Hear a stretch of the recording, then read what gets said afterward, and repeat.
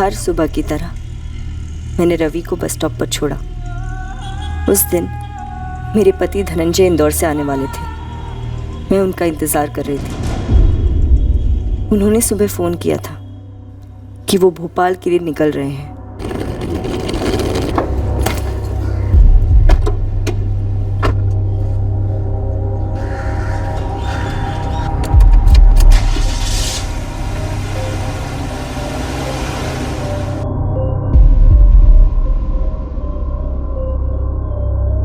धनंजय ने मुझसे कहा था कि दोपहर के खाने पर पहुंचेंगे।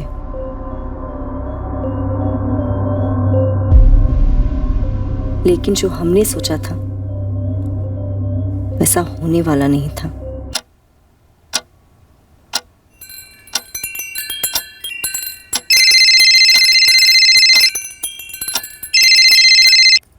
हाँ धनंजय, कहाँ पहुंचे आप? हेलो आरती, घर पर सब ठीक है ना? हाँ, ऐसा क्यों पूछ रहे हैं? आरती, मैं भोपाल नहीं आ रहा हूँ, मैं होशंगाबाद जा रहा हूँ, महेश चाचा के घर। अरे पर ऐसे अचानक क्या हुआ? देखो आरती, ध्यान से सुनो, घर पर कोई भी अजनबी आए तो दरवाजा मत खोलना। धनंजय, अब आप मुझे डरा रहे हैं, क्या बात है? आरती, मुझे लगता है कि कोई मेरा पीछा कर रहा है। मुझे लगता है कि उन लोगों को पता चल गया कि मैं इंदौर से भोपाल के लिए निकला हूँ। मैं पुलिस में फोन करूँ? नहीं, अभी नहीं आरती, पहले मुझे होशंगाबाद पहुँचने दो, मैं वहां से तुम्हें कॉल करता हूँ। हाँ, और तुम अपना ख्याल रखना और रवि का भी। सुनो और एक बात। Hello Dhananjay, The number you have called is currently switched off. The number you have called is currently switched off.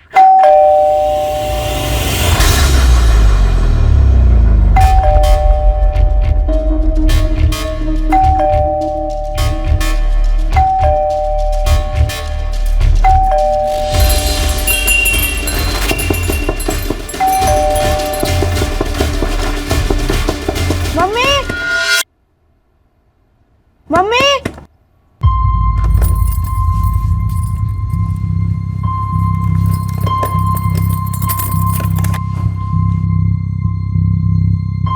Mummy, पापा आ गए? नहीं, तुम कपड़े बदल लो, मैं खाना परोस देती हूँ। पर पापा ने मुझे प्रॉमिस किया था जब मैं स्कूल से लौटूंगा वो घर पे होंगे। मैं फोन से बात करता हूँ। रवि, फोन याद दो। पापा आज नहीं आ रहे। पर क्यों? मैंने कहा ना, अब जिद मत करो। जाओ, जाकर चेंज करके आओ, मैं खाना परोस रही हूँ। मम्मी, जाओ। The number you have called is currently switched off.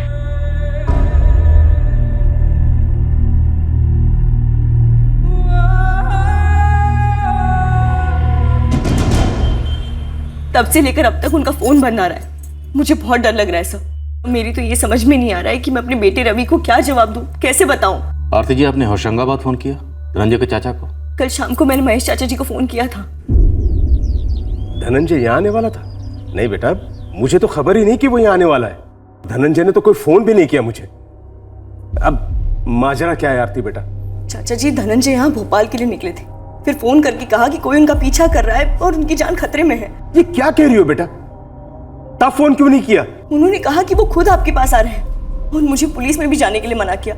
कहा कि होशंगाबाद पहुंचकर खुद फोन करेंगे। और धनंजय हमारे पास पहुंचा ही नहीं। आरती बेटा, तुमने भूपेन से बात की? भूपेन धनंजय का छोटा भाई है, यही भोपाल में रहता है। आपने भूपेन को कांटेक्ट किया? जी किया। नहीं आरती भाभी, मेरी अभी भी घर पे आशु से बात हुई है। धनंजय भैया वहां नहीं गए हैं और मेरे पास भी उनका फोन नहीं आया कोई। मेरी लास्ट जब उनसे बात हुई थी तो उन्होंने बताया कि वो महेश चाचा जी के यहाँ जा रहे हैं होशंगाबाद, लेकिन चाचा जी कह रहे हैं कि धनंजय ने उन्हें फोन तक नहीं किया। मुझे बहुत डर लग रहा है भूपेन। आरती भाभी, क्या भैया को फिर से ऑफिस से ही खतरा था? ऑफिस के अलावा और किससे खतरा हो सकता है भूपेन? वो एकदम से अचानक 3-4 दिन के लिए भोपाल आ रहे थे। मैंने उनसे पूछा कि अचानक से क्यों आ रहे, तो कुछ बताया भी नहीं। सर, फिर भूपेन और उसकी पत्नी आशा हमारे घर आए। हमने रात भर इंतजार किया, फिर सुबह सीधे आपके पास आए हैं। इंदौर में क्या करते हैं आपके पति? लैंड रजिस्ट्रार ऑफिस में सीनियर क्लर्क है, वहीं इंदौर में किराए पर रहते हैं, हम यहाँ भोपाल में। तो आपने इंदौर में पड़ोसियों के साथ चेक किया? हो सकता है वो वापस लौट गए। नहीं लौटे सर, मैंने वहां पर भी फोन किया था। MP XX663 है गाड़ी का नंबर और धनंजय चौधरी का फोटो सारे थानों में फ्लैश कर दिया है। सारे अस्पतालों में एक्सीडेंट केसेस भी चेक करो। कितना टाइम लगेगा सर? भूपेन जी, कार्रवाई शुरू हो चुकी है, थोड़ा टाइम तो लगेगा। और आप चिंता मत कीजिए, हम आपके भाई को ढूंढ निकालेंगे। नंबर है 4441277581। नाम है धनंजय चौधरी। आदमी गायब हुआ है। धनंजय चौधरी के फोन रिकॉर्ड्स और लोकेशन हमें तुरंत चाहिए। उनकी जान को खतरा है शायद। खतरा? उनके बॉस रजिस्ट्रार रंजीत चौहान से था। सर 2-4 बार मेरे सामने भी धनंजय भैया ने रंजीत चौहान का ही नाम लिया था। उन्होंने बोला था कि उन्हें खतरा है रंजीत चौहान से। लेकिन रजिस्ट्रार जैसे वरिष्ठ सरकारी अफसर से एक सीनियर क्लर्क की जान को कैसे और क्यों खतरा था? जहाँ तक मुझे पता है उनके इंदौर के लैंड रजिस्ट्री ऑफिस में भ्रष्टाचार हो रहा था और मेरे पति एक ईमानदार अफसर है। घूस के नाम से तक नफरत है उन्हें। मेरे पति को बहुत परेशान किया जा रहा था क्योंकि वो घूस लेने वाली मंडली में शामिल नहीं हो रहे थे। सर 1 हफ्ता पहले मैंने बातों में ही धनंजय भैया से पूछ लिया था कि दफ्तर में क्या चल रहा है। कब से एक ही रट लगाए बैठे हुए हैं, हमारे ग्रुप में शामिल हो जाओ, हमारे ग्रुप में शामिल हो जाओ। भूपेन तू जानता है मेरा ज़मीर नहीं मान रहा है। ज़मीर तो पूरे जमाने का ही मर चुका है भैया। कभी कभी सोचता हूँ कि क्यों की मैंने सरकारी नौकरी। ये दिल करता है ये नौकरी छोड़ दूं, लेकिन फिर सोचता हूँ कि घर कैसे चलाऊंगा। साला भ्रष्टाचार का गढ़ बन गया हमारा दफ्तर। यहाँ घूस ना लो तो किसी दिन तुम्हारी जान ले लेंगे ये लोग। सर धनंजय भैया ने साफ तो नहीं बताया। हाँ, पर इतना कहा था कि रजिस्ट्रार रंजीत चौहान उन्हें घुमा फिराकर धमकियां दे रहा है। सब मुझे लगता है कि इंदौर के ऑफिस में जो हो रहा है वो यहाँ भोपाल हेडक्वार्टर्स में उसकी शिकायत करने आ रहे होंगे। रजिस्ट्रार रंजीत चौहान के खिलाफ शिकायत?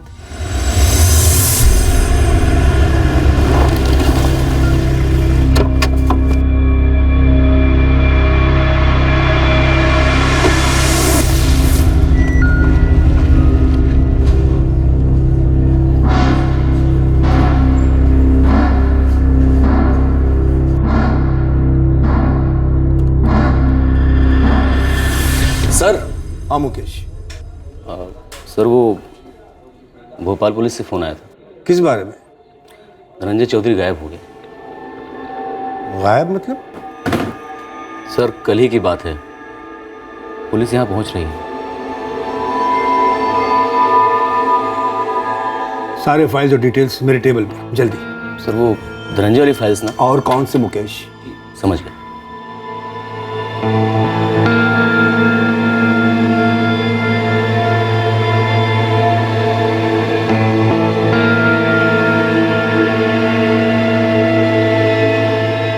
सर यहाँ से लेकर पूरे होशंगाबाद हाईवे पर धनंजय चौधरी की गाड़ी कहीं भी स्पॉट नहीं हुई है।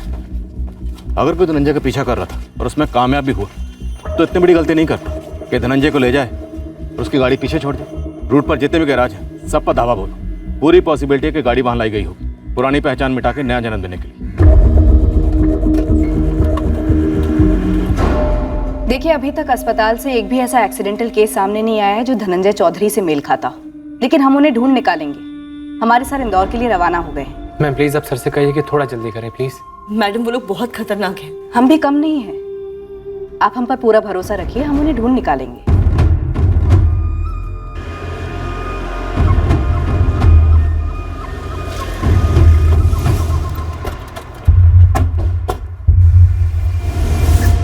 सरकारी डिपार्टमेंट में करप्शन का मामला है तो हो सकता है धनंजय चौधरी किसी घपले का भंडाफोड़ करने वाला विसल ब्लोअर, और कई विसल ब्लोअर की तरह ये भी गायब हुआ है। सुभाष यहाँ के कर्मचारियों को कुरे दो।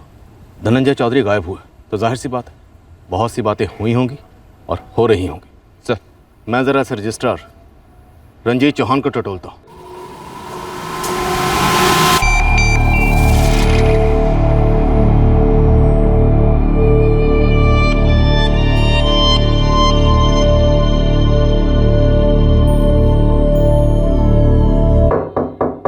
ऑफिसर सबसे पहले मैं आपको ये क्लियर कर दूं कि धनंजय चौधरी कोई ऑफिशियल छुट्टी पर नहीं था कि वो ऐसे 3-4 दिनों के लिए उठकर भोपाल चला जाए।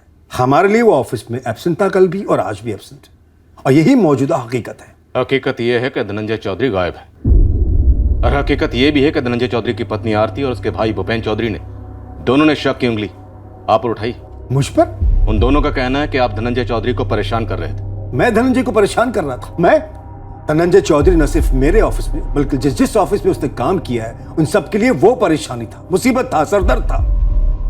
सर सच कहूँ ना तो 36 का आंकड़ा है धनंजय और रंजीत सर के बीच में। आप तो बड़े अच्छे से समझ सकते हो जब सरकारी दफ्तर में कर्मचारियों के ऊपर साहब लोगों का दबाव होता है तो क्या होता है। दबाव किस चीज का था धनंजय पर? धनंजय काफी दिनों से परेशान था।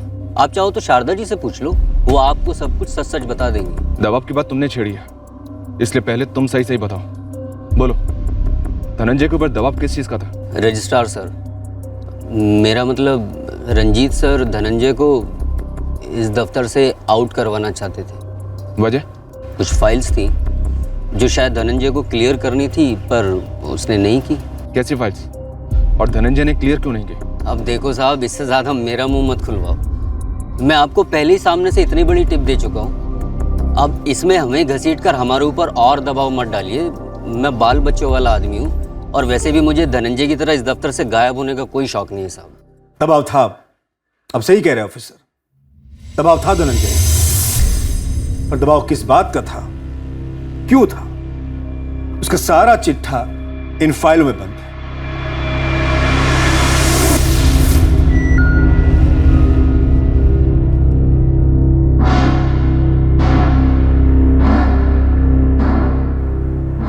पिछले 4 साल से उसके खिलाफ इंक्वायरी चल रही है, दबाव तो होगा ही। आपका मतलब है धनंजय गलत है, और उसकी गलती यह है कि वो इस वक्त गायब है। एक नंबर का नौटंकी है इंस्पेक्टर, वो एक नंबर का फ्रॉड है। फ्रॉड? जी हाँ, पिछले 4 साल से उसके खिलाफ जो इंक्वायरी चल रही है, अब उसका फैसला होने को, उस फ्रॉड आदमी की सारी काली करतूतें, सारी चोरियां एक्सपोज होने को, धनंजय ना सिर्फ सस्पेंड बल्कि बर्खास्त होने को। और इसलिए धनंजय ये पैंतरा रच रहा है गायब होने का। सहानुभूति हासिल करने का नाटक है या ड्रामा है सर। मुकेश जी सर, ये धनंजय एक नंबर का कामचोर आदमी, सर से पांव तक भ्रष्ट, और ऊपर से शराब भी पीता है। सर, ये हफ्ते में 2 दिन भी अगर ढंग से काम कर ले तो बहुत बड़ी बात है। धनंजय कल गायब हुए, और हमने अभी तहकीकात शुरू ही की, और यहाँ धनंजय के लिए इतनी सारी फाइलें खुली। फाइलें खुली भी नहीं है इंस्पेक्टर, फाइलें बंद करने का वक्त आ गया। 1 महीने में उसकी इंक्वायरी का निष्कर्ष सामने आ जाता, अब फिर धनंजय नौकरी से बाहर होता या शायद जेल के अंदर। सर, एग्जैक्टली मुझे नहीं पता कि क्या हुआ था, लेकिन ये बात सही नहीं है कि धनंजय एक कामचोर था या ऑफिस के लिए सरदर्द था।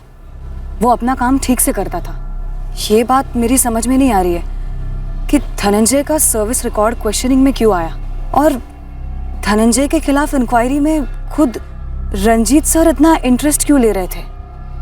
हाँ सर, इस इंक्वायरी के कारण हर दूसरे दिन धनंजय को आड़े टेढ़े सवालों का जवाब देना पड़ता। अब भला ऐसे में कोई बंदा अपने काम पर कैसे ध्यान देगा। और जब उसकी खुद की फाइलें खोल रखी थी तो वो अपनी काम की फाइलें क्लोज कैसे करता सर। 2003 से जहाँ जहाँ धनंजय की पोस्टिंग हो रही थी, जबलपुर, ग्वालियर, रीवा, उज्जैन, तब से हर जगह उसका सर्विस रिकॉर्ड निकाला गया था। बाल की खाल निकाल रहे थे ये लोग। 24 घंटे टेंशन में रहता था धनंजय। अब तो ये आलम है कि चाय पीते हुए भी टेंशन होती रहती है। कहीं रंजीत से देख लेंगे तो सीधे मेरी फाइल में नोटिंग कर लेंगे। 5 मिनट की जगह 15 मिनट तक जानबूझकर चाय पी रहा था। शांति रखिए यार, तू साइको होता जा रहा है। तो और क्या होगा यतीन, खाते पीते जागते सोते, यहाँ तक कि हकते वक्त भी लोग सवाल पूछते रहते हैं, तो आदमी नॉर्मल कैसे रह सकता है। ये सवाल कोई मैंने पैदा नहीं किए, और ये इंक्वायरी भी कोई मैंने शुरू नहीं की थी। मैं तो यहाँ 3 साल पहले ट्रांसफर होकर आया हूँ। उससे पहले मैं धनंजय को जानता तक नहीं था। उसकी फाइलें मुझे उज्जैन से फॉरवर्ड की गई थी, जहां वो 2011 और 12 में पोस्टिंग पर था, और ये इंक्वायरी 2010 से चल रही उसके खिलाफ, जब वो जबलपुर में पोस्टिंग पर था। पर धनंजय के सर्विस रिकॉर्ड खंगाले क्यों जा रहे थे? आप खुद ही पढ़ लीजिए हर जगह के रजिस्ट्रार की नोटिंग। धनंजय ने अपने सर्विस रिकॉर्ड में हेराफेरी की थी, अपने काम में बेहद लापरवाह था, ऑफिस आता ही नहीं था। किस ड्यूटी पे थे धनंजय? ऑफिशियल ड्यूटी पर था सर। कैसी ऑफिशियल ड्यूटी? तुम्हारा काम तो ऑफिस में टेबल पर बैठकर होता है ना, जहां इतना काम पेंडिंग पड़ा है। और तुम कोई फील्ड सुपरवाइजर तो हो नहीं, तो फिर कौन सी ऑफिशियल ड्यूटी कर रहे थे मैं भी तो जानूं। पिछले 3 दिन तुम कहां थे, क्या कर रहे थे, इसकी लिखित रिपोर्ट 10 मिनट के अंदर मेरे टेबल पर चाहिए। ये सफाई लिख कर लाए हो? सर जो लिखा है सच लिखा है सर। ना केवल परसों मुझे लोगों ने बताया, बल्कि मैंने खुद अपनी आंखों से देखा कि तुम शराब पीकर आए थे। आपको कोई गलतफहमी हुई है सर, मैंने शराब नहीं पी थी। ये सब लोग साजिश कर रहे हैं मेरे खिलाफ सर, झूठ बोल रहे हैं सब। जाओ, जो उस दिन हुआ था वो सब सच सच लिख कर लाओ। सरकारी ऑफिस है, तुम्हारे बाप का घर नहीं। सर आप बाप पर मत जाइए सर। ऑफिस में तो तुम ऐसे ही आते हो जैसे तुम्हारे बाप का घर है। इस नौकरी की अहमियत समझो। ऐसी सरकारी नौकरी के लिए लोग अपनी जान तक देने के लिए तैयार रहते हैं, और तुम काम चोरी और चोरी में लगे रहते हो। तुम्हारी औकात नहीं है उस कुर्सी पे बैठने की, औकात की तनख्वाह लेते हो। क्या है ये? इसमें साफ नजर आ रहा है कि तुम्हारे अटेंडेंस रिकॉर्ड में फेरबदल की गई है। नहीं सर, ऐसा बिल्कुल नहीं है, ये असली है। मैं इस कुर्सी पर ना बगीचे में टहलते हुए नहीं पहुंच गया हूं। मुझे मत सिखाओ क्या असली है क्या नकली है। सर मेरी अटेंडेंस अप टू डेट है। क्या खाक अप टू डेट है? तुम्हारा पूरा टेबल पेंडिंग फाइलों से भरा पड़ा है। वो गवाह है, सबूत है कि तुम कितने टाइम अपने टेबल पे बैठते हो। नहीं सर, ऐसा कुछ नहीं है। वो सब फाइलें रखी गई है मेरे टेबल पर। मुझे बदनाम करने की साजिश हो रही है सर। ये स्टैंडर्ड बकवास होती धनंजय की, साजिश हो रही है मेरे खिलाफ मुझे बदनाम करने की। इंस्पेक्टर, इस ऑफिस में आप एक बंदा ऐसा खड़ा कर दीजिए जो ये बोले कि धनंजय बहुत ही मेहनती और ईमानदार कर्मचारी था। एक नहीं मिलेगा आपको। ये धनंजय सबको खटक रहा था। खटकता वो है जो शिद्दत से काम करता है, या वो जो सबके काम में टांग अड़ाता हो? जो काम पे आता ही ना वो क्या खटकेगा? जो बंदा ऑफिस में नजर ही ना आए वो किसी को क्या खटकेगा? सर, धनंजय का इस जॉब पे लगना ही अपने आप में एक झोल है, बहुत बड़ा झोल।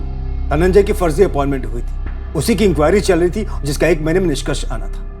और जिस घूस की आप लोग बात कर रहे हो वो घूस उसने मुझे देने की कोशिश की थी, अपनी फाइल दबाने के लिए, अपने आप को इस जॉब से बर्खास्त होने से बचाने के लिए। सर रंजीत सर, तुम आज फिर गायब थे धनंजय। तुमसे खास तौर से कहा था कि तुमसे कुछ सवालों के जवाब चाहिए मुझे। सर आपने क्यों मुझसे 36 का आंकड़ा बनाए रखा है? मैं घर में अकेला कमाने वाला हूँ सर। कमाई काम से होती धनंजय, और काम का और तुम्हारा 36 का आंकड़ा है। रंजीत सर हाथ जोड़ता हूँ आपके, मेरी इंक्वायरी की फाइल किनारे लगा दीजिए सर। सब कुछ आपके हाथ में सर।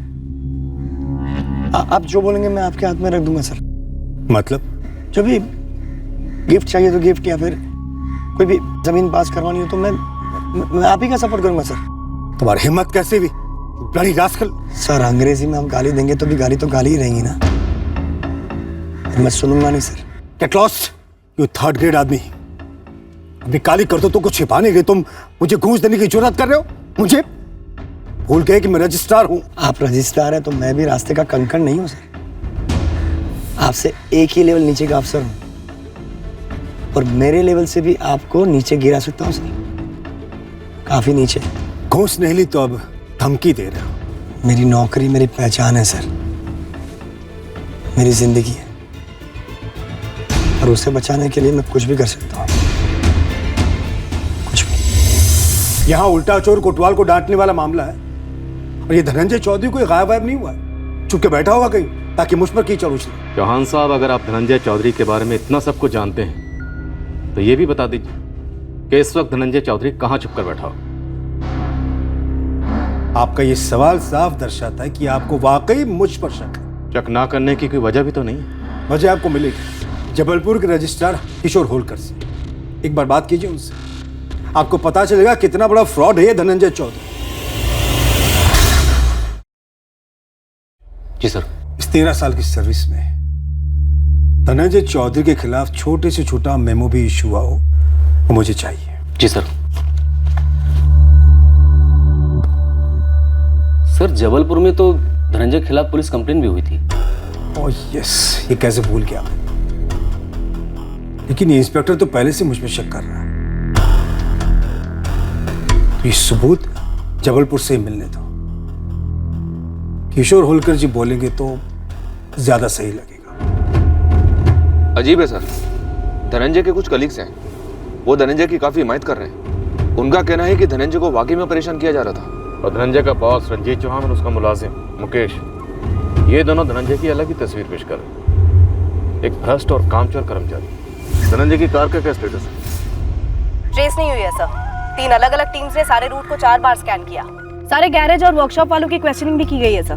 धनंजय के फोन की लास्ट लोकेशन क्या थी? सर, इंदौर भोपाल हाईवे पर भोपाल के करीब। उसने आखिरी कॉल अपनी पत्नी आरती को किया था और उसके बाद फोन बंद हुआ, जैसा कि आरती ने हमको बताया। अर्चना, तुम रंजीत चौहान के फोन रिकॉर्ड्स निकलवा, उसका नंबर मैं तुम्हें अभी मैसेज करता हूँ। धनंजय की तरह रंजीत चौहान के बारे में भी मिक्स्ड रिपोर्ट मिल रही है, पर जो भी हो, एक बंदा गायब है, मामला गंभीर है।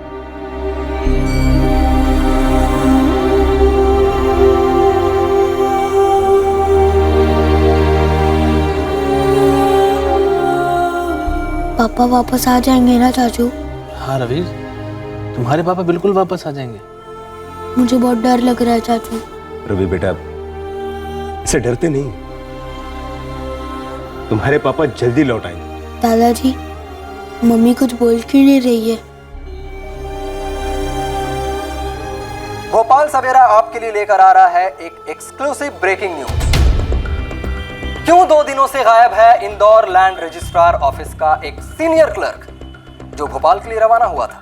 2 दिनों से धनंजय चौधरी लापता है। गायब होने से पहले धनंजय ने अपनी पत्नी आरती चौधरी से फोन पर कहा था कि उसकी जान को खतरा है। हमारी टीम इस स्टोरी को ट्रैक करने में लगी हुई है और हमारे सूत्रों से ये पता चला है कि धनंजय ने अपने डिपार्टमेंट में हो रहे अनियंत्रित भ्रष्टाचार का विरोध किया था, जिसके चलते उसे परेशान किया जा रहा था। उसे धमकियां भी मिल रही थी। पूरी संभावना है कि धनंजय शायद किसी बहुत बड़े घोटाले का खुलासा कर भोपाल आ रहा है। देखिए, हमारी इन्वेस्टिगेशन अभी जारी है।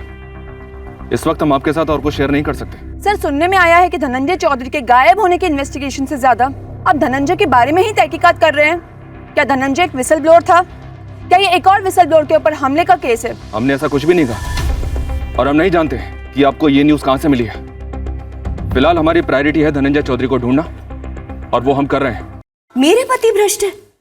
ये सरासर झूठ है मैडम। देखिए, मैं ज्यादा पढ़ी लिखी नहीं हूँ, सिर्फ 12वीं पास हूँ, लेकिन इतना दावे से कह सकती हूँ कि मेरे पति एक सीधे साधे और ईमानदार कर्मचारी है। ये सारे इल्जाम गलत है। देखिए आरती जी, हमको इल्जाम नहीं लगा रहे। ये खबर हमें इंदौर से मिली है, धनंजय के दफ्तर से। मतलब रजिस्ट्रार रंजीत चौहान से? जी। उस रंजीत चौहान ने ही गायब करवाया मेरे पति को। मैडम, उससे कहिए कि मेरे पति को सही सलामत घर लौटा दे, भले उन्हें नौकरी से निकाल दे। मैं वादा करती हूँ कि धनंजय उनका भांडा नहीं फोड़ेंगे। हम यहाँ से कहीं दूर जाकर अपनी जिंदगी फिर से शुरू करेंगे। मैडम, उन्हें कहिए कि मेरे पति को घर वापस लौटा दे। मैं और मेरा बच्चा उनके बिना नहीं रह सकते। 2003 में आपके पति ने भूमि विभाग ज्वाइन किया था बतौर क्लर्क। क्या इस ज्वाइनिंग में फर्जी कागजात इस्तेमाल हुए थे? फर्जी? ये क्या पूछ रही हैं आप? किशोर जी, मैं ये जानना चाहता हूँ कि धनंजय चौधरी के अपार्टमेंट के खिलाफ जो इंक्वायरी बैठी थी उसमें कुछ सच्चाई थी या वो सिर्फ धनंजय चौधरी को परेशान करने का पैंतरा था? इंस्पेक्टर अर्जुन, आप भी एक सरकारी मुलाजिम हैं। आप बताइए, एक फर्जी दस्तावेज की इंक्वायरी किस तरह का पैंतरा हो सकती है? धनंजय चौधरी 2010 में यहां जबलपुर में पोस्टिंग पे था, मेरे नीचे। निहायती निकम्मा किस्म का कर्मचारी है। बहुत सारी शिकायतें हैं उसके खिलाफ। मैंने उन सभी जगहों से रिपोर्ट्स मंगवाई जहां जहां उसका ट्रांसफर हुआ था। हर जगह वही कहानी। सब परेशान थे धनंजय से, सरदर्द बना हुआ था वो सबके लिए। सबकी यही राय थी धनंजय चौधरी के बारे में? जी हाँ। तभी मैंने सोचा पता तो करूं कि इतने बड़े सरदर्द को डिपार्टमेंट में लिया कैसे गया। मैंने जड़ में जाने की ठानी। तो किशोर जी, मसले की जड़ क्या थी? इस नौकरी पर धनंजय का अपार्टमेंट? जी हाँ, मैंने उसकी फाइलें बड़ी बारीकी से चेक की।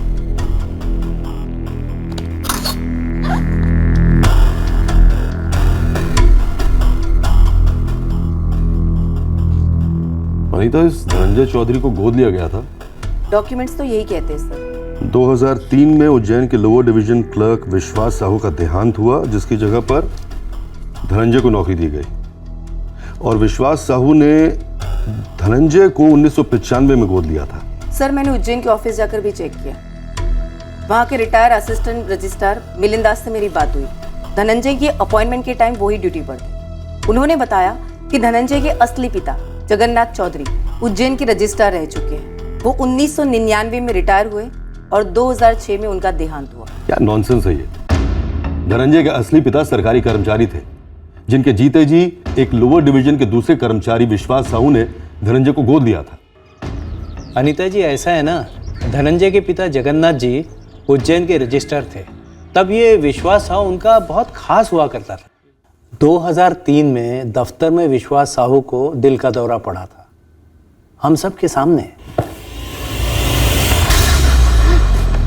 विश्वास जी, विश्वास जी, विश्वास जी, क्या हुआ? अरे कोई है? विश्वास जी, विश्वास, अरे अरे पानी लाओ जल्दी। विश्वास, विश्वास, उठो उठो, ये लो पानी पियो, ये लो पानी पियो, लो पानी लो, पानी पियो। अरे डॉक्टर को बुलाओ। ऑन द स्पॉट डेथ हो गई थी विश्वास साहू की। ड्यूटी पर मौत हुई थी तो जाहिर सी बात है कि विश्वास साहू की करीबी रिश्तेदार को उनकी नौकरी मिली होगी। हाँ, कानूनन तो ऐसे ही होता है। जगन्नाथ जी मेरे सामने आए, उन्होंने कागजात प्रस्तुत किए। विश्वास ने उनके बड़े बेटे धनंजय को 1995 में गोद लिया था। अजीब है, नहीं? आपको दाल में कुछ काला नहीं लगा? कैसे लगता? जगन्नाथ जी मेरे सीनियर रह चुके थे। अपने पूरे कार्यकाल में वो ईमानदार और नेक रजिस्ट्रार माने जाते थे।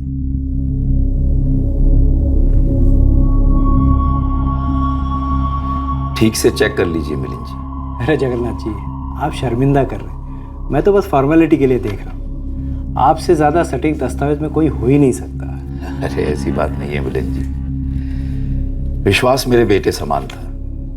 अब धनंजय उसके बेटे की तरह डिपार्टमेंट की सेवा करेगा और उसके परिवार की देखरेख भी। धनंजय आपका बेटा है, विश्वास का दत्तक पुत्र है, और मुझे पूरा भरोसा है कि धनंजय डिपार्टमेंट की बढ़िया सेवा करेगा। उसके बाद उमरिया में मेरा ट्रांसफर हुआ, 4 साल बाद मैं रिटायर हुआ। पर बंद किवाड़ खोल रहे हैं आप, माजरा क्या है? मिलिंद जी, विश्वास साहू की वसीयत और धनंजय का दत्तक प्रमाण पत्र, मतलब अडॉप्शन पेपर, ये दोनों दस्तावेज ऑफिशियली रजिस्टर्ड नहीं है। पर ऐसा है कि जगन्नाथ जी की तरफ से जाली दस्तावेज पेश करने की गुंजाइश ही नहीं थी। वो खुद ऐसे करतूतों के सख्त खिलाफ थे। पर खुद की बेटे के मामले में शायद कमजोर पड़ गए हो। हमें धनंजय के पूरे सर्विस रिकॉर्ड में कहीं भी रजिस्टर किए हुए ये डॉक्यूमेंट्स नहीं मिले। अनीता जी, अब मैं क्या कहूँ? पूछने के लिए ना जगन्नाथ जी जिंदा है, ना ही विश्वास साहू रहे। सर, फिर मैंने उज्जैन में विश्वास साहू की पत्नी सावित्री साहू और उनकी बेटी कोमल से बात की। क्या कहा उन्होंने? वो दोनों तो इस बात से बिल्कुल अनजान थे कि विश्वास साहू ने धनंजय को दत्तक लिया था।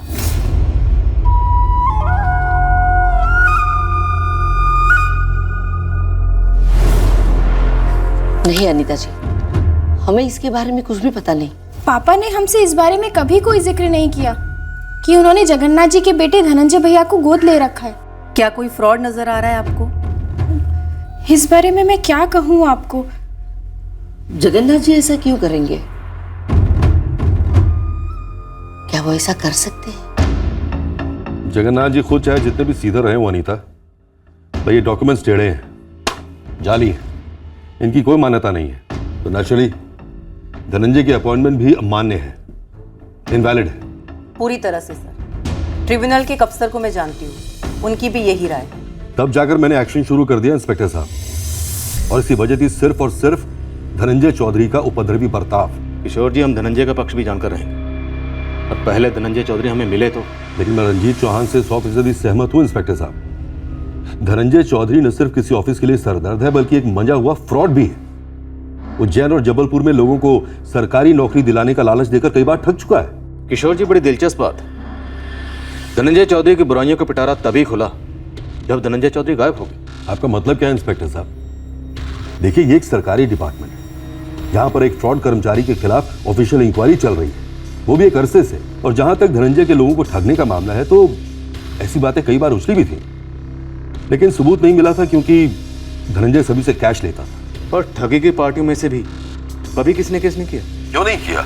जबलपुर में ही रमेश सितोले नाम के एक शख्स ने धनंजय के खिलाफ कंप्लेंट दर्ज की थी। जेल भी जाना पड़ा था धनंजय को। आप गार्डन रोड थाने जाइए, आप ही के पुलिस डिपार्टमेंट के अफसरों की जुबानी सुनिए मेरे डिपार्टमेंट के ऑफिसर की कहानी। सर, ये न्यूज चैनल वाले तो खिचड़ी पकाए जा रहे हैं। और रायता फैलने में टाइम नहीं लगेगा सर। कहीं ऐसा ना हो बाद में पता चले कि सारा ड्रामा धनंजय चौधरी ने खुद ही रचा था, और अभी तक आसार वैसे ही लग रहे। अगर ऐसा हुआ तो मीडिया को ब्रेकिंग न्यूज मिल जाएगी। हमें इस धनंजय चौधरी को जल्द से जल्द ट्रेस करना होगा। सर, पूरी कोशिशों के बावजूद धनंजय की गाड़ी अभी तक ट्रेस नहीं हो पाई है। इस धनंजय के खिलाफ हमें जो मिल रहा है सर, हो सकता है वो सब कुछ हमारी तरफ कोई फेंक रहा हो। पॉसिबल। रंजीत चौहान के फोन रिकॉर्ड्स का क्या? कल तक आ जाएंगे सर। एक बात और है सर, अगर इस धनंजय का पीछा किया जा रहा था तो हो सकता है कि किडनैप किया गया या फिर कुछ और। अब ये रंजीत चौहान खुद तो अपने मेले हाथ करेगा नहीं, इसने किसी और को काम दिया होगा। अपने खबरी काम पर लगा दिए सर।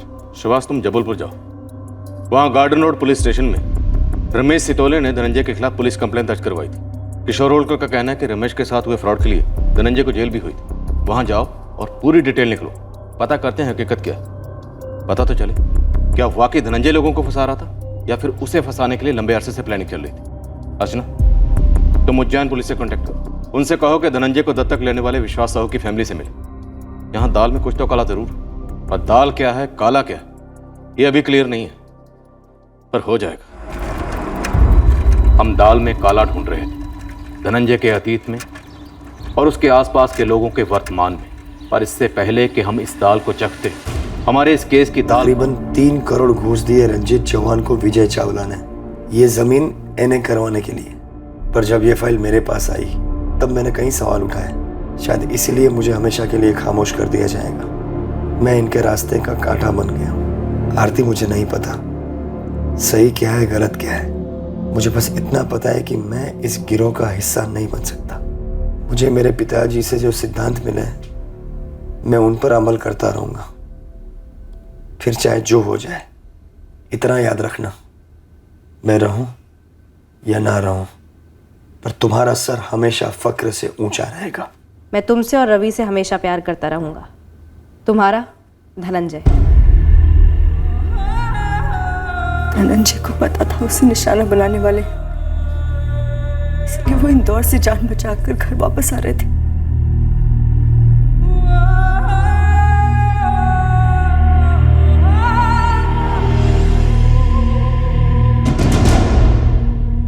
सर, मैंने पोस्टल डिपार्टमेंट से चेक किया, उनकी तरफ से वाकई में देरी हो गई। ठीक है, हो गई देर, लेकिन एक बात समझ में नहीं आई। धनंजय चौधरी अगर अपनी पत्नी को ऐसा खत लिख सकता है तो इंदौर पुलिस ये हमारे पास आकर शिकायत दर्ज क्यों नहीं करवाई उसको? सर, शायद धनंजय यहाँ भोपाल हेडक्वार्टर्स में किसी सीनियर अधिकारी को कंप्लेन करने के लिए निकला होगा। इंदौर में उसे खतरा महसूस हुआ होगा।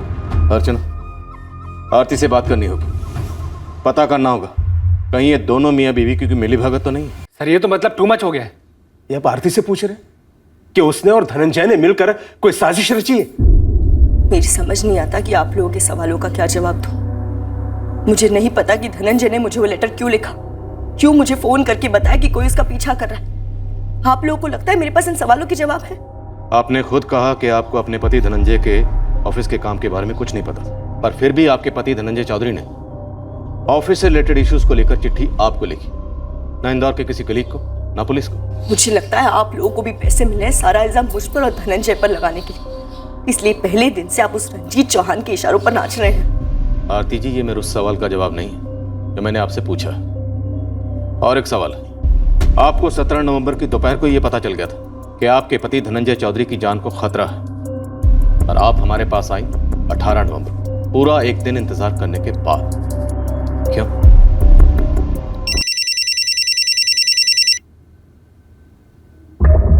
सब इंस्पेक्टर अजय बोल रहा हूँ सर, उज्जैन से। इस जबलपुर वाले किशोर होलकर ने विश्वास साहू की पत्नी के बारे में अधूरी बात बताई थी। ये धनंजय चौधरी को दत्तक लेने वाला मामला उतना भी फर्जी नहीं है सर। पर मैंने अडॉप्शन डॉक्यूमेंट्स खुद देखे, उनकी रजिस्ट्रेशन हुई नहीं थी। ये सच है कि रजिस्ट्रेशन नहीं हुआ, लेकिन विश्वास साहू की पत्नी सावित्री और बेटी कोमल इस अडॉप्शन से नाखुश थी। ये बात झूठ है, उन्होंने खुद मुझे बताया था। साहब जी, अनीता जी ही नहीं बल्कि किसी और से भी हमने ये नहीं कहा कि मेरे पति विश्वास साहू ने धनंजय को गोद लिया ही नहीं होगा। दरअसल सर, पापा के जाने के बाद जगन्नाथ जी ने हम लोगों की बहुत मदद की, और धनंजय भैया भी हम दोनों का बहुत अच्छे से ख्याल रखते हैं। पर आपने जबलपुर से अनीता को साफ कहा था कि ये गोद लेने वाली बात आपको मालूम नहीं थी। ये तो हम अब भी कहते हैं, हमें सचमुच पता नहीं था। लेकिन अगर कोमल के पापा ने धनंजय को गोद लिया भी तो क्या गलत किया? धनंजय है भी तो हमारे बेटे की तरह। ये नौकरी लगने के बाद धनंजय ने हमारी बहुत मदद की।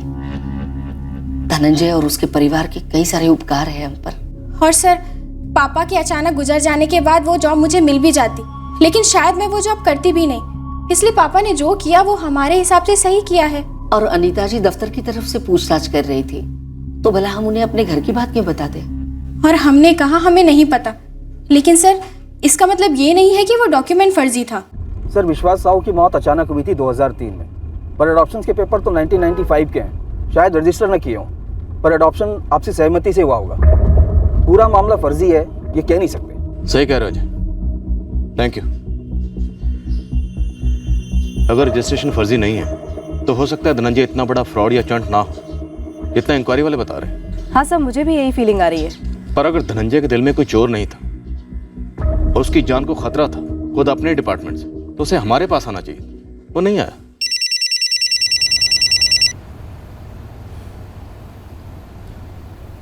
जैन सर। अर्जुन, ये धनंजय चौधरी मिसिंग केस में क्या प्रोग्रेस है? हमारी इन्वेस्टिगेशन चल रही है सर। सर, एक बात खटक रही है। धनंजय चौधरी को जान का खतरा था खुद अपने डिपार्टमेंट से, लेकिन फिर भी चिट्ठी उसने अपनी पत्नी को लिखी बजाय पुलिस में ऑफिशियल कंप्लेंट करने की। वो चिट्ठी धनंजय ने सिर्फ अपनी पत्नी आरती को नहीं, हमें भी लिखी थी, होम डिपार्टमेंट को भेजी थी। ये कब हुआ सर? तो तुम्हें मालूम नहीं है, पर मीडिया को मालूम है। नहीं सर, वो बात नहीं है।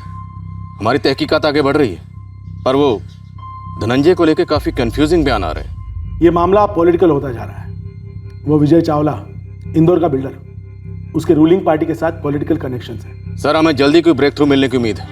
हमारी 6 टीम्स लगेंगी यहाँ, इंदौर, उज्जैन, होशंगाबाद और जबलपुर में। धनंजय सही सलामत मिल जाना चाहिए। अर्जुन, तुम रंजीत चौहान को हिट दो। मुझे डाउट है कि रंजीत का इसमें हाथ हो सकता है।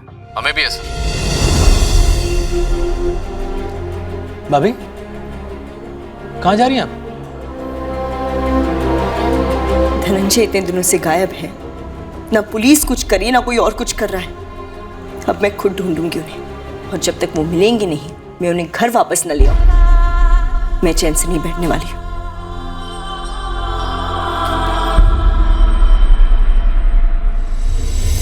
हाँ, ये पूरा मामला फर्जी है। हाँ, विजय चावला की फाइल हमारे पास आई है, पर सच तो ये है इंस्पेक्टर कि विजय चावला की फाइल अभी तक आगे बढ़ी ही नहीं, क्योंकि उनकी एनए प्लॉट की अर्जी अभी अभी हमारे पास आई, जिनकी जांच परख करना भी बाकी है। ये अर्जी कितनी सही या गलत की रिपोर्ट भी अभी तक नहीं बनी। और आप जिस 3 करोड़ की घूस की बात करो ना, वो सरासर झूठ है, बिल्कुल गलत है। सच और झूठ के बीच की जितनी भी बातें हैं वो आप फोन पर नहीं होंगी। आप कल सुबह 11 बजे से पहले यहाँ भोपाल में हमारे थाने में हाजिर हो जाइए। इंस्पेक्टर, मैं कोई जेब कतरा नहीं हूं जो आप इस तरह के आदेश भौंके और मैं दुम हिलाता हुआ आपके सामने हाजिर हो जाऊं। मैं भी आपकी तरह एक वरिष्ठ सरकारी अफसर हूं। हमारे लिए इस वक्त आप सिर्फ एक सस्पेक्ट हैं, जिस पर संगीन इल्जाम है अपने ही दफ्तर के कर्मचारी धनंजय चौधरी को गायब करने का, जिसने इल्जाम लगाया आप पर भ्रष्टाचार का। इल्जाम लगाया कि उसे अपनी जान का खतरा है आपसे। शायद धनंजय चौधरी एक विसल ब्लोअर है। कोई मुझ पर बेबुनियाद लांछन लगाए और आप उसे विसल ब्लोअर और न जाने क्या क्या उपमा दे रहे। कल को आपके खिलाफ मैं होम मिनिस्टर में लेटर लिखूंगा तो क्या आप संदिग्ध हो जाएंगे? ड्रामा नहीं रजिस्ट्रार साहब, चुपचाप आ जाइए, क्योंकि आपके पास और कोई ऑप्शन भी नहीं। सर, ऑफिस में किसी को भी आइडिया नहीं कि धनंजय ने लेटर कब लिखा। मैंने पूछा मुकेश, कब लिखा लेटर? नहीं सर। ये विजय चावला कहीं ये तो कोई गेम नहीं खेल रहा है? सर, ये विजय चावला तो साफ इनकार कर रहा है कि उसने किसी को 3 करोड़ की घूस ऑफर की है। अर्चना, कोई कुछ भी कबूल नहीं करेगा जब तक ये धनंजय चौधरी हमारे सामने नहीं होगा। और सर, ये आरती टीवी चैनल्स में जाकर हमारे खिलाफ कुछ भी बयान दे रही है। मामला और बिगड़ सकता है सर। मैं आप सबसे हाथ जोड़कर विनती करती हूँ, जो कोई मेरे पति धनंजय चौधरी के बारे में कुछ भी जानता हो, प्लीज सामने आकर बताइए। मैं एक साधारण गृहिणी हूँ। मुझे नहीं पता कि पुलिस मेरे पति को ढूंढने के बजाय मेरे पीछे क्यों पड़ी है। मेरे पति का लेटर आप सबने पढ़ा है। अगर मुझे पहले जरा भी पता होता कि उनकी जान को खतरा है, तो मैं उनसे मनहूस नौकरी छुड़वा कर रहती। नेकी और सच्चाई की हिमायत करने वाले की इस देश में कोई जगह नहीं है।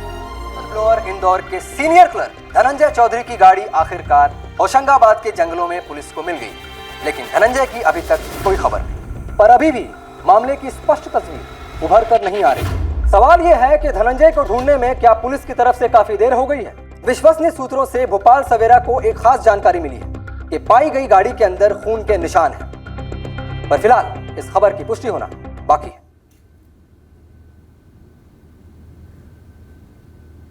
भाभी, आप टेंशन मत लो। पुलिस ने अभी कुछ भी पक्का नहीं कहा है। बस इतना कहा है कि धनंजय भैया की कार मिली है, बस। न्यूज़ वाले कह रहे हैं कि गाड़ी पर खून के निशान मिले। वो क्या है भूपेन? भाभी, वो पुलिस अभी श्योर नहीं है। अब टेंशन मत लो, भैया ठीक होंगे।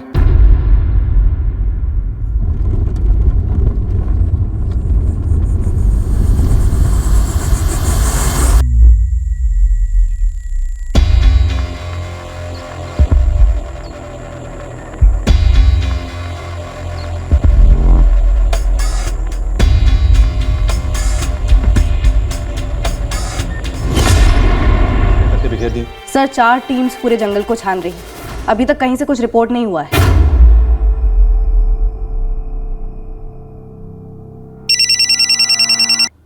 हाँ सुभाष, बोलो। रमेश सितोले ट्रेस हो गया सर, जिसने धनंजय के खिलाफ केस किया था। रमेश का कहना है कि धनंजय ने उससे 3 लाख रुपए लिए थे कैश, सरकारी नौकरी दिलाने के बहाने। सुभाष, वो तो हम जानते हैं। कुछ नया पता चला? नया ये है सर, ये रमेश सितोले आरती चौधरी का नाम ले रहा है। आरती चौधरी? धनंजय चौधरी की पत्नी? उसका इस फ्रॉड से क्या ताल्लुक है? सर रमेश का कहना है कि लोगों से पैसा लेकर उनको नौकरी दिलाने के झांसे के इस गेम में आरती धनंजय से ज्यादा एक्टिव थी। और क्या पता चला इस आरती चौधरी के बारे में?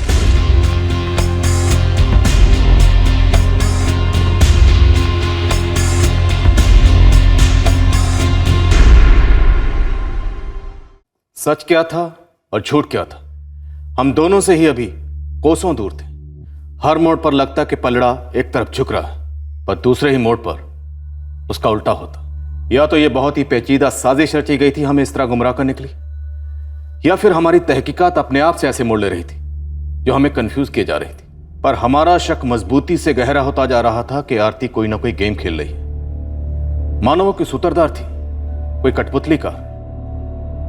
और अब हमारे सामने एक ऐसी चौंकाने वाली मौत आने वाली थी जिससे किसी के भी होश उड़ सकते हैं। कभी कभी वास्तविकता सिनेमा और किताबों के ड्रामे को भी मीलों पीछे छोड़ जाती है। कल हम एक चक्रव्यूह में दाखिल होंगे, ये पता करने के लिए कि आखिरकार इस केस में भ्रष्टाचार का चक्कर क्या था और उसका दायरा कहां तक फैला था, और पता लगाएंगे कि धनंजय अपने अंत से कैसे मिला। मम्मी,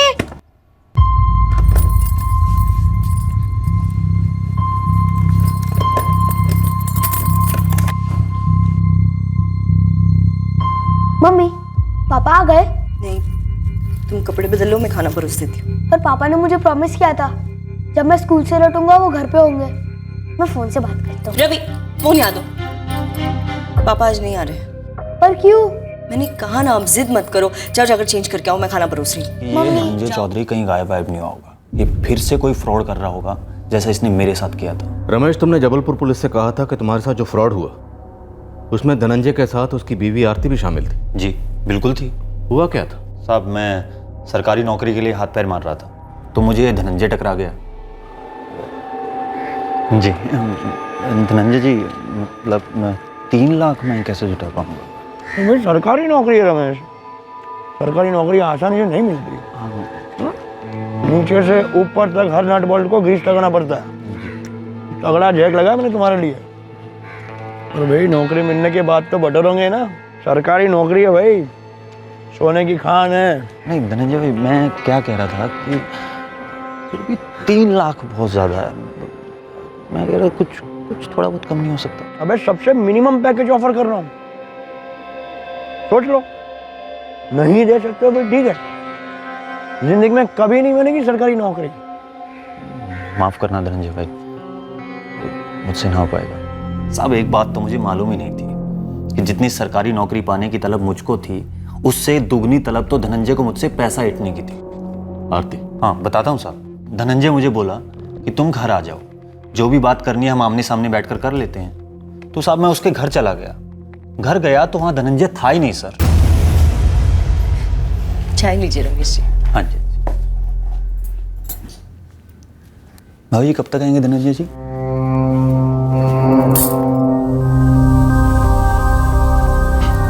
क्यों रमेश जी, मुझसे बात नहीं करेंगे आप? खाती नहीं हूँ मैं।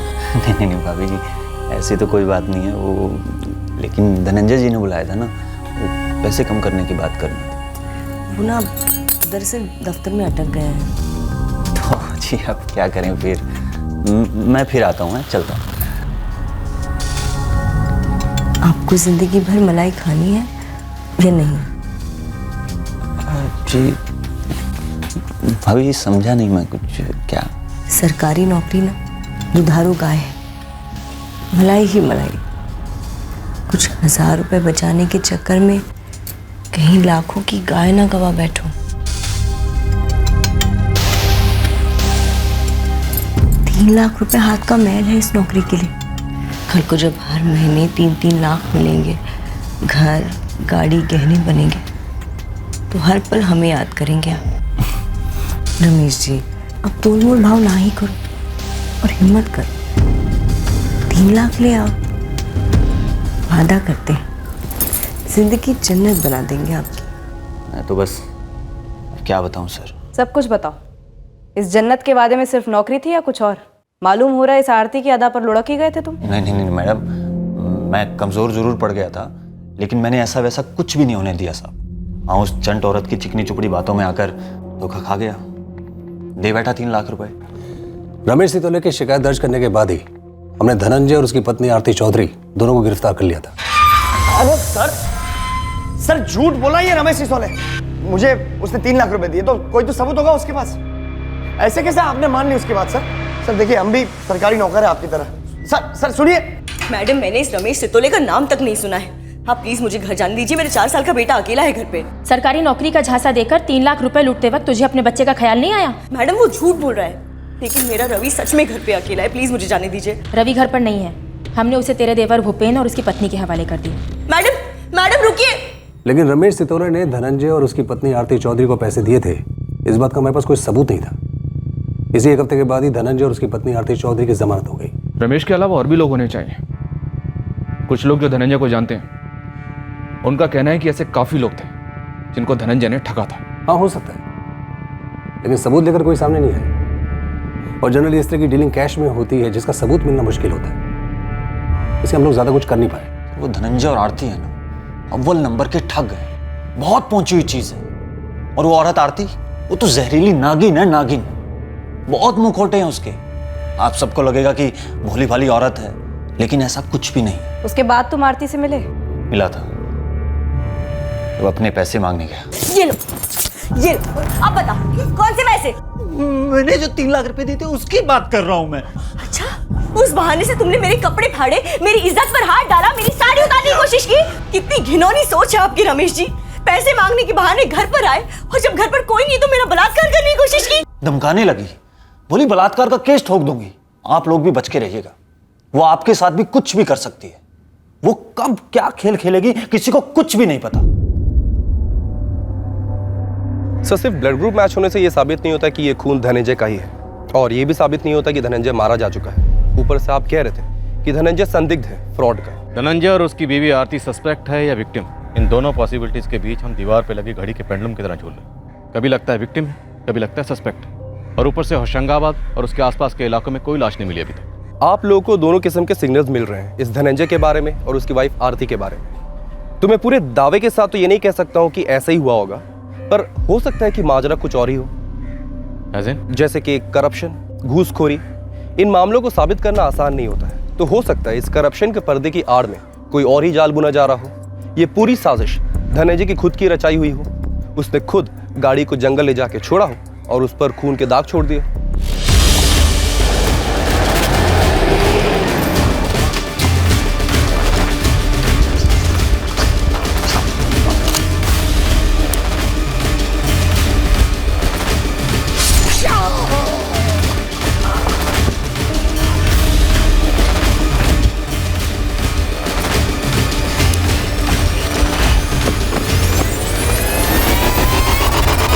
नामुमकिन तो नहीं है, जिस तरह से धनंजय की धूप छांव वाली तस्वीर अभी तक हमारे सामने आई। पर सर, मोटिव क्या हो सकता है?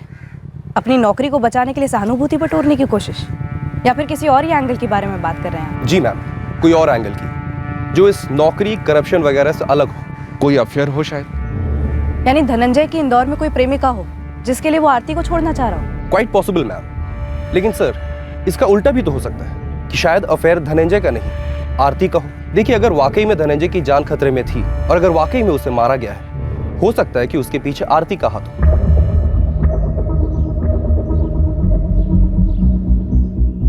एक तरफ जमीनी स्तर पर धनंजय की लाश की खोज चल रही थी, और वाकई में लाश थी भी या नहीं, ये तो आने वाला वक्त ही बताने वाला था। खोजी स्तर पर इस साजिश की हर मुमकिन संभावना को टटोला जा रहा था। हालांकि साजिश क्या थी, ये अभी साफ नहीं था।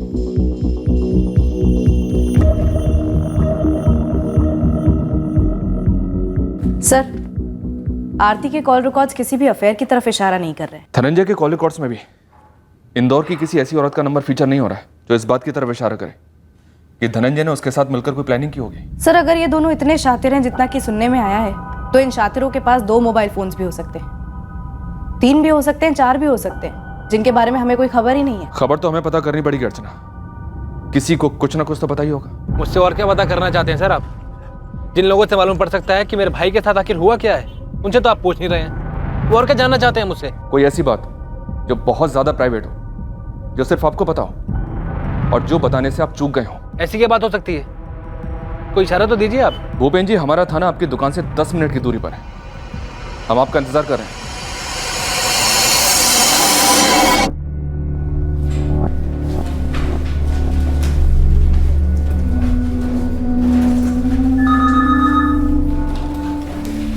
क्या ये?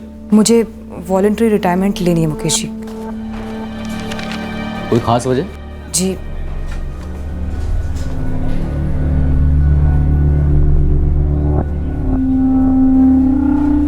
लेकिन शारदा, वो खास वजह तुमने इसमें लिखी नहीं। वो प्राइवेट है। मैं बस इस दफ्तर में अब और काम नहीं करना चाहती हूँ। ठीक है शारदा, मैं तुम्हारा ये अचानक से आया अजीब सा इस्तीफा रजी सर को दे दूंगा, जो भोपाल गए हैं अभी, और क्यों गए हैं तुम अच्छी तरह से जानते। आप मुझसे एक रजिस्ट्रार से पूछ रहे हैं क्या उसके सबसे नालायक कर्मचारी धनंजय का कोई अफेयर था? जी, क्योंकि हो सकता है आपके दफ्तर की कोई औरत हो। देखिए, मैं अपने स्टाफ की किसी निजी मामले में दखलंदाजी नहीं करता, और शायद आपकी बात सच है। धनंजय अपने मकसद को हासिल करने के लिए कोई भी गेम खेल सकता है। एक नंबर का ढोंगी है वो। ढोंग तो हो रहा है, इसमें कोई दो राय नहीं, और ढोंग कौन कर रहा है ये भी साफ होना बाकी है। ओह, इसका मतलब आप धनंजय के जाल में फंस चुके हैं। दरअसल धनंजय की बीवी आरती की टीवी पर दलीलें देखकर आप लोग पिघल चुके हो। ये मीडिया जो भौंक रही है, इससे आप लोग कतरा रहे हो। पर भावनाओं को कुछ देर के लिए बाजू पे रखिए, ऊपरी दिखावे को छोड़कर थोड़ा गहराई में झांकिए, लॉजिक देखिए, लॉजिक। तब शायद आपको समझ में आएगा कि सारे तमाशे के पीछे धनंजय ही है। हो सकता है कि उसकी बीवी आरती भी इसमें शामिल हो। मुमकिन है, पर यह भी तो मुमकिन है कि कोई इस जोड़े को काले रंग में रंग कर हमारी आंखों में धूल झोंकने की कोशिश कर रहा हो। धूल झोंक रहा है मतलब मैं, राइट? ऑफिसर, एक सबूत ले आइए जो साबित करता हो कि मैं करप्ट हूं और मैंने धनंजय को गायब करवाया है। हम दोनों सरकारी मुलाजिम हैं, हम जानते हैं कि ये सिस्टम कैसे काम करता है। और अब तो दौर ऐसा आया है कि अक्सर जो आदमी चीख चीख कर अपनी बात सामने रखता है उसी को सुना जाता है, फिर चाहे वो भ्रष्ट क्यों ना हो। और जो बेचारा ईमानदारी से खामोशी से अपना काम करता हो, उसकी सच्चाई उस चीखों पुकार में दब जाती है। पर दुख की बात है सर, लेकिन ये सच्चाई है कि हमारे सिस्टम में ऊंची आवाज को सुना जाता है। ये बीमारी है हमारे सिस्टम। हम तो सरकारी मुलाजिम, हमें कोई टच नहीं कर सकता। इस बात को सच मानने की बीमारी भी तो है हमारे सिस्टम में। तो कीजिए ना टच, छूइए ना धनंजय को, वो भी तो सरकारी मुलाजिम है। ढूंढ निकालिए उसे, तब खुद ब खुद पता चल जाएगा आपको कि बीमारी क्या है, बीमार कौन। शर्म की सारी हदें पार कर रहे हैं ऐसे सवाल पूछ के आप लोग। ये कोई जवाब नहीं हुआ भूपेन जी। क्या जवाब दूं ऐसे सवाल का मैं? इतना भद्दा सवाल कि मेरी भाभी का किसी के साथ अफेयर है कि नहीं। बिना तहकीकात किए वो रंजीत चौहान मेरे भाई के बारे में कुछ भी बोले जा रहा है और आप मान ले रहे हैं, और मेरी भाभी पे कीचड़ उछाले जा रहे हैं। कीचड़ तो उछल चुका है। रमेश सितोले का नाम तो सुना ही होगा, जबलपुर में ठगा था इसे तुम्हारी दूध की दुली भाभी और हरिश्चंद्र जैसे भैया ने। 1 हफ्ते में जमानत हुई थी, वो आप नहीं मानेंगे। क्यों हुई थी जमानत? क्योंकि इल्जाम फर्जी था। सर मैं आपको बताता हूँ, एक सिस्टमैटिक तरीके से साजिश रची गई है मेरे ईमानदार भाई का नाम खराब करने के लिए, लेकिन वो आप मान नहीं रहे हैं। सर जिंदा नहीं तो कम से कम मेरे भाई की लाश तो ढूंढ के निकालिए। एक औरत के सर पर जो उम्मीद की तलवार लटक रही है उसे गिरने तो दीजिए सर।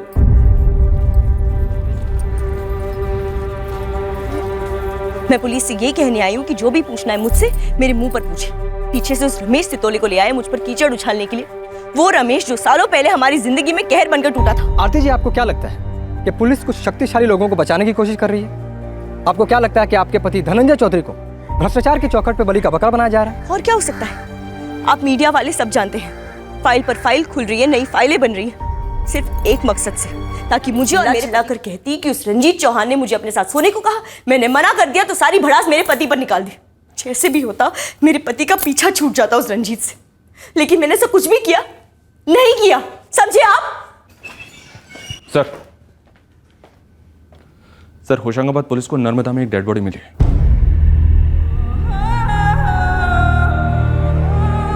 आज सुबह ही मिली सर, तैरते तैरते किनारे पर आ गई।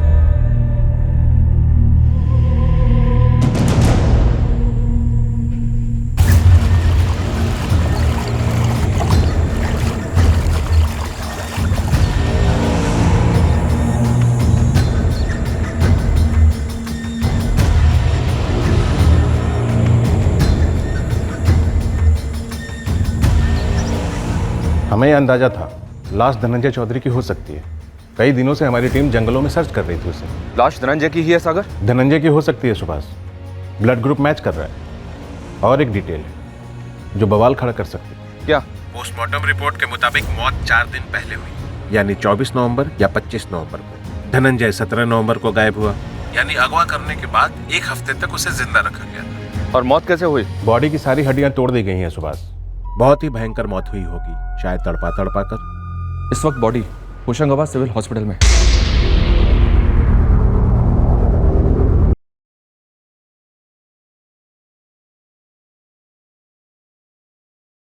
डेट और टाइम बताइए, मैं पहुंच जाऊं। लेकिन मैडम पहले ये बताइए कि आप मुझसे और क्या नया ऐसा पता करना चाहेंगी जो आपने पहले पता नहीं किया। सच विजय चावला जी, उस 3 करोड़ की घूस का सच जो धनंजय ने अपने लेटर में लिख कर दिया था। देखिए मैडम, सच तो वही है जो मैंने आपको पहले बताया था। मैंने किसी को कोई घूस ऑफर नहीं की, चाहे वो रजिस्ट्रार रंजीत चौहान जी हो या फिर कोई और। कोई बात नहीं, आप फिर भी हाजिर हो जाइए शाम 4 बजे के पहले सारे पेपर्स के साथ। ये लीजिए सर, ये सारे पेपर्स आपके लिए। एक एक पेपर बारीकी से पढ़िए सर। मेरे पास घर में एक लैंडलाइन फोन है, एक ऑफिस में लैंडलाइन है। ये 2 मेरे मोबाइल फोन हैं। मेरे दोनों लैंडलाइन फोन और दोनों मोबाइल फोन के नंबर्स रिटर्न में। अब निकालिए, चारों फोन के सारे डिटेल्स निकालिए सर। होशंगाबाद का एड्रेस नहीं देंगे रिटर्न में, जहां पर 17 नवंबर से लेकर 24 नवंबर तक धनंजय चौधरी को टॉर्चर किया गया था। सर आप धनंजय के जाल में न सिर्फ फंसे हुए हैं, पूरी तरह से धंस चुके। जाल तो हमारी तरफ जरूर फेंके गए, पर वो जाल आपने फेंके। आपने, आपके गिरोह ने, और एक नहीं कई जाल फेंके ताकि हम धनंजय के कातिलों के बजाय उसके पास्ट के पीछे पड़े। अब आप ये बताइए कि 1 हफ्ते तक धनंजय को कौन सी बात उगलवाने के लिए टॉर्चर किया गया, या कौन सी बात कबूल करने के लिए? सर धनंजय के इंदौर वाले फ्लैट से ऐसा कुछ भी नहीं मिला है जिससे हमें कोई भी लीड मिल सके। धनंजय का कंप्यूटर स्कैन किया सर, कुछ भी नहीं निकला। मैंने धनंजय के दोनों करीबी ऑफिस कोलीग्स यतिन शर्मा और शारदा पचौरी से भी बात की। दोनों को आइडिया नहीं है कि विजय चावला के 3 करोड़ के ऑफर के अलावा धनंजय के पास और क्या क्या जानकारी थी। ऑफिस में और कोई बातचीत, अफवाह, गपशप? एक नई डेवलपमेंट हुई है सर, शारदा पचौरी ने इस्तीफा दे दिया है। 1 महीने के नोटिस पीरियड पे काम कर रही है। इस्तीफा किस लिए? धनंजय के मामले से हिल गई है। अर्चना, शारदा को तुरंत इस कहने पर डाल दो। हो सकता है ये कुछ जानती हो, डर रही हो, या फिर शारदा का इस्तीफा देना ये भी कोई चाल हो। सिर्फ शारदा ही क्यों, मैं खुद भी पूरी तरह हिला हुआ हूँ। पर इस्तीफा तो सिर्फ शारदा ने दिया, आपने नहीं, वो भी एकदम अचानक से। क्यों? वो तो शारदा ही जाने से। मैं तो सिर्फ इतना जानता हूं कि मेरे हाथ के नीचे मेरे दफ्तर में 1 पैसे का घोटाला नहीं हुआ, 1 पैसे का गफला नहीं हुआ। सर मैं आपसे पहले भी कह चुका कि आप लॉजिक देखिए, लॉजिक। धनंजय को मार के किसी को क्या मिलता? धनंजय उस पोजीशन में था ही नहीं कि वो किसी की फाइल को रोक सके या उसे आगे बढ़ा सके। उसके पास वो अथॉरिटी नहीं थी। और जिसका नाम उसने लेटर में लिया था, वो बिल्डर विजय चावला, उसकी फाइल तो कभी धनंजय के पास गई नहीं थी।